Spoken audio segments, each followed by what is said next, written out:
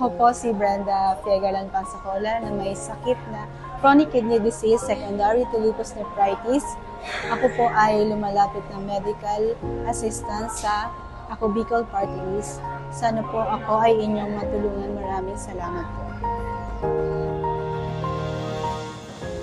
Tuloy-tuloy ang serbisyong publiko ng Ako Bicol Party List para sa ating mga kababayan dahil hindi lamang sa mga taga-Maynila, maging sa kababayan nating galing pa sa iba't ibang probinsya ng ating bansa ay tiyak na naaabutan din ng libreng serbisyo.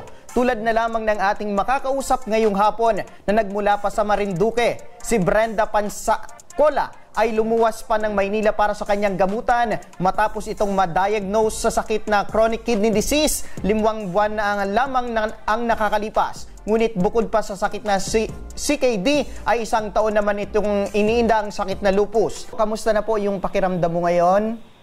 Ayos naman po. Opo, sino po yung kasama mong pumunta po dyan sa tanggapan ng Ako Bicol para humingi po ng tulong? Kasama ko po yung mama ko. Ilang araw na po kayo dyan sa Maynila?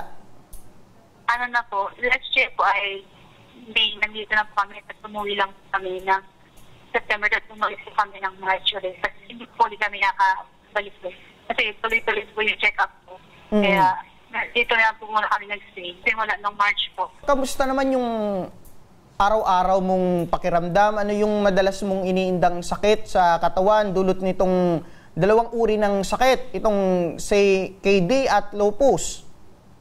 Minsan po ay madaling dapuan ng tubo, sipon, lalo pag malamig lang panahon po. Tapos minsan po ay nalalaki sa likod, tangalay po, yun po. Pero mulan po, okay naman po yung pakiramdam po. Hindi po kaya dati. Opo. Kung nagsimula pa lang po yung sakit. Ano po yung madalas nyo pong ginagawa kahit papano ay mahimsan po itong nararamdaman po ninyong sakit? Ito ay natutulog ng tamang oras po, makain ng sapat, umiinom ng tubig lagi, nagpapahinga po. Dati po bago po ako mag-start, secretary po ako, tapos cashier ng isang school po. Then, nung magkasakit po ako, umalis po ako dun sa trabaho ko. Kasi kailangan ko pong magpagaling po muna bago magtrabaho po ulit. Kasi hindi po basta-basta po yung sakit ko Kasi ang tinamaan po niya is yung immune system kung saan apektado po lahat ng sistema po sa katawan. Pero sino po yung inaasahan niyo po sa pamilya? Paano po yung pang-araw-araw po ninyong pangangailangan? Yung sa pagkain po gamutan? namin, yung sa pang-araw-araw po sa pagkain ay yung kapatid ko po muna, doon po muna kami nakatuloy sa kanila. So yung sa allowance naman po ay nagbibigay po yung isa ko pong kapatid. Monthly inibigay na po kami para sa pambili-bili ng pangangailangan sa katawan, gano'n po.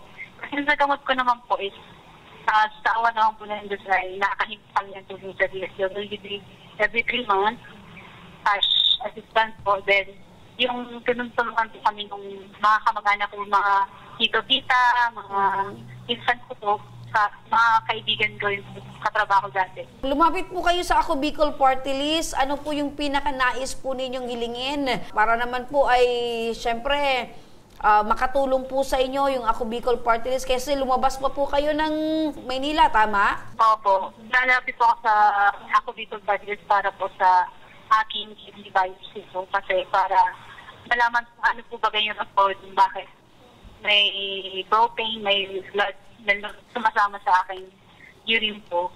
Kaya inano po ng doktor na magpa-biopsy po ako. Nasa magkano daw, Brenda, abutin po itong gamutan po ninyo, sabi ng doktor? Nasa 28,000 na higit po yun.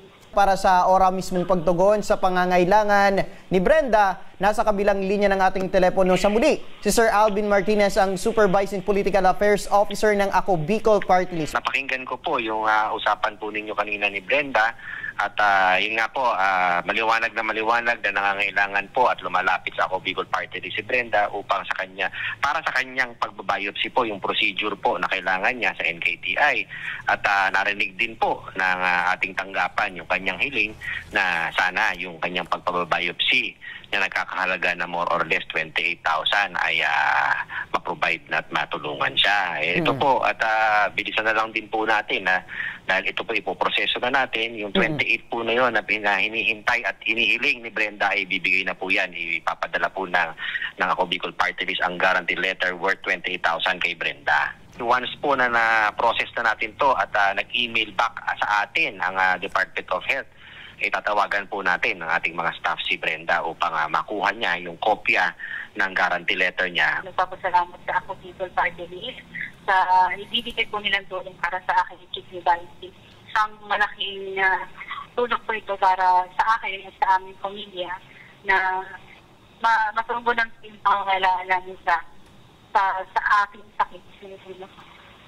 Maraming salamat din po sa pagtulong kaya hindi lang sa akin at sa lahat na may sakit